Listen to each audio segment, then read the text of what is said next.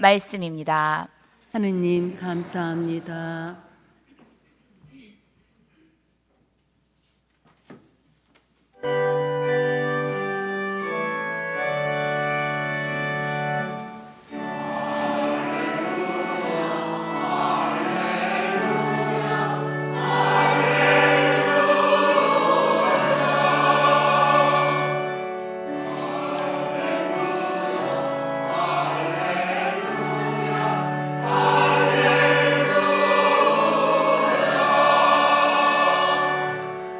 보소서, 저는 주님의 종입니다.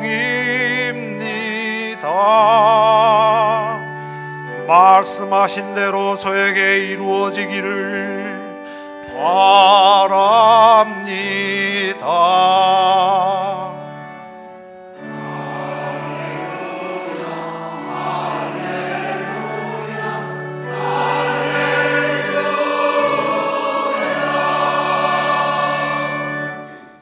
주님께서 여러분과 함께 또한 사제의 영과 함께 루카가 전한 거룩한 복음입니다. 주님 영광 받으소서.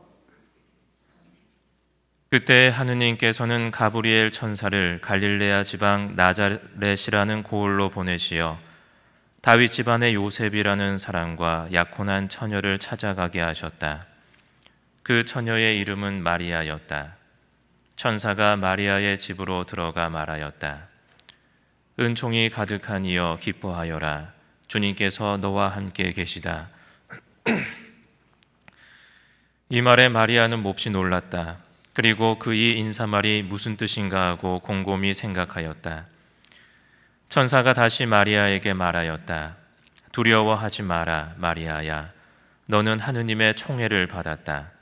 보라, 이제 내가 잉태하여 아들을 낳을 터이니 그 이름을 예수라 하여라. 그분께서는 큰 인물이 되시고 지극히 높으신 분의 아드님이라 불리실 것이다. 주 하느님께서 그분의 조상 다윗의 왕자를 그분께 주시어 그분께서 야곱 집안을 영원히 다스리시리니 그분의 나라는 끝이 없을 것이다. 마리아가 천사에게 저는 남자를 알지 못하는데 어떻게 그런 일이 있을 수 있겠습니까? 하고 말하자 천사가 마리아에게 대답하였다. 성령께서 너에게 내려오시고 지극히 높으신 분의 힘이 너를 덮을 것이다. 그러므로 태어날 아기는 거룩하신 분, 하느님의 아드님이라고 불릴 것이다. 내 친척 엘리사벳을 보아라. 그 늙은 나이에도 아들을 잉태하였다. 아이를 못 낳는 여자라고 불리던 그가 임신한 지 6달이 되었다. 하느님께는 불가능한 일이 없다. 마리아가 말하였다. 보십시오, 저는 주님의 종입니다. 말씀하신 대로 저에게 이루어지기를 바랍니다. 그러자 천사는 마리아에게서 떠나갔다. 주님의 말씀입니다. 그리스도님 참여합니다. 평화를 빕니다. 평화를 빕니다. 오늘이 우리 대림 시기의 마지막 날입니다. 오늘 또 24일이기 때문에 저녁에 성탄 전야 미사가 있습니다. 그래서 오늘 저녁에는 또 주임 신부님께서 아기 예수님을 안고 또 뒤에서부터 입장을 하시겠죠.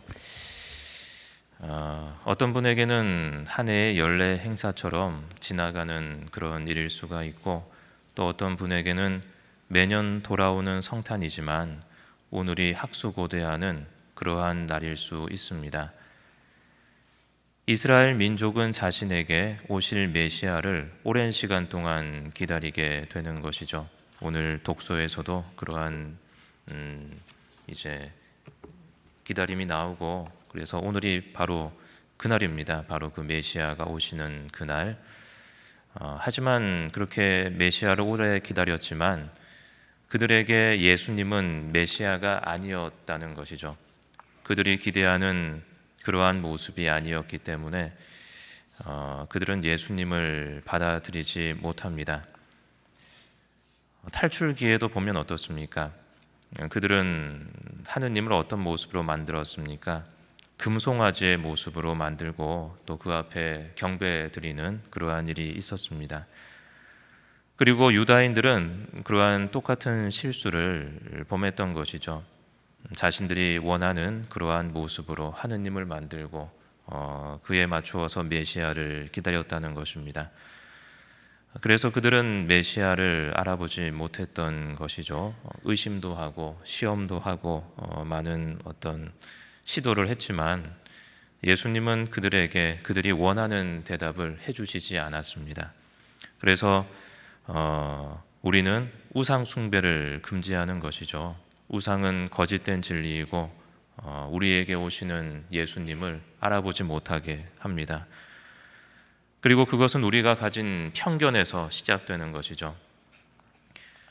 우리는 매년 구유를 만들고 또 성탄 전야에는 아기 예수님을 경배하고 있습니다. 하지만 우리는 매년 거행하는 이 전례가 우상이 되지 않도록 주의해야 한다는 것이죠. 우리는 단순히 아기 예수님을 바라보는 것이 아니라 예수님이 어떠한 모습으로 어떠한 장소에 계시는가, 어떠한 모습으로 우리에게 오셨는가 하는 것을 보다 더 주의 깊게 살펴야 합니다. 오늘 그 어떤 성당을 찾아다니면서 구유를 보면서 이 예수님 상은 좀 못생기게 만들어졌네 이렇게 생각하실 것이 아니라 이제 이 구유의 모습에서 예수님께서 우리에게 어떻게 오시는가 그러한 것들을 생각해야 한다는 것이죠. 구유는 복음의 장면을 재현해냅니다. 그럼으로써 2000년 전의 일이 오늘 여기에도 펼쳐집니다. 구유가 말하는 것은 명백한 것이죠. 형언할 수 없는 하느님 성자께서 인간의 모습으로 인간의 몸으로 우리에게 내려오셨다는 것입니다. 가장 높은 곳에 계신 분이 가장 낮은 곳으로 임하셨다는 것이죠. 그리고 이것은 우리가 예수님을 어디에서 발견할 수 있는지 가르쳐주는 하나의 열쇠가 된다는 것입니다. 이러한 구유의 모습이 십자가로 이어지게 되는 것이죠. 바로 우리가 상상할 수 없는 곳에 바로 예수님께서 계시다는 것입니다. 그 당시 누구도 메시아가 이렇게 탄생할 거라고는 생각하지 않았습니다. 아기 예수를 죽이려는 헤로데가 오히려 유다인들보다 메시아를 더 알아보는 눈이 있었다는 그러한 사실은 아이러니한 것이죠. 그래서 아기들을 다 죽이잖아요.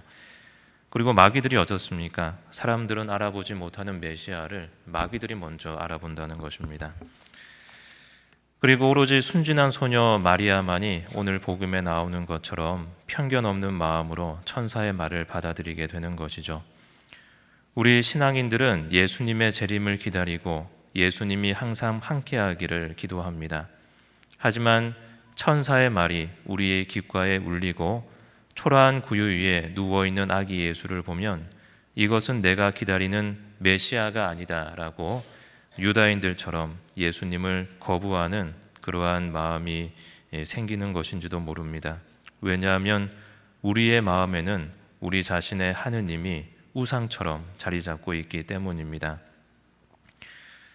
그래서 처음부터 우리에게 오시는 하느님을 받아들일 수 있는 그런 사람은 없다는 것이죠. 왜냐하면 우리 마음에 있는 그러한 편견과 우상을 없애버려야 하기 때문에 처음부터 우리에게 낮은 모습으로 오시는 하느님을 받아들일 수 있는 사람은 없다는 것입니다. 마리아도 편견 없이 천사의 말을 받아들이기는 했지만 그 마음이 불안한 것이죠. 그래서 마리아는 천사의 말을 확인하기 위해서 엘리사벳에게 달려갑니다. 남편 요셉도 마찬가지입니다. 그는 마리아의 임신 소식을 듣고 큰 고통을 받고 그리고 고뇌에 빠지게 되는 것이죠. 프란치스코 성인은 어떻습니까? 사람들은 그의 행동을 이해하지 못하고 그를 미쳤다라고 말합니다. 그리고 예수님을 만난 예수님의 음성을 들은 바오로는 눈이 멀게 되는 것이죠. 이렇게 하느님을 만나기 위해서 그리고 하느님을 만난 사람들은 큰 변화를 겪게 됩니다. 그리고 그 안에 분명 고통도 있다는 것이죠. 하느님을 만난다는 것은 나만의 편견에서 벗어나는 그러한 일입니다. 우리가 대림 시기에 하는 것도 바로 한 것이죠. 바로 그것입니다.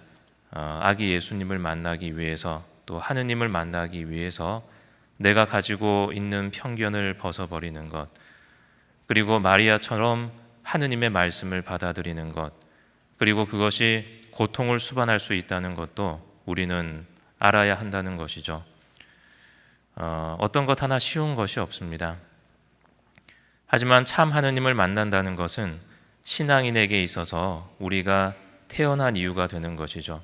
우리가 태어난 이유는 바로 하느님을 알고 하느님을 만나기 위해서 우리는 이 세상에 태어난 것입니다. 그래서 신앙인으로 산다는 것은 모두가 수도자가 되는 것을 의미합니다.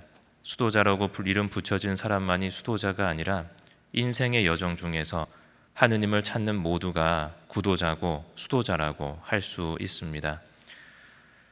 구유에 누인 아기 예수님을 바라본다는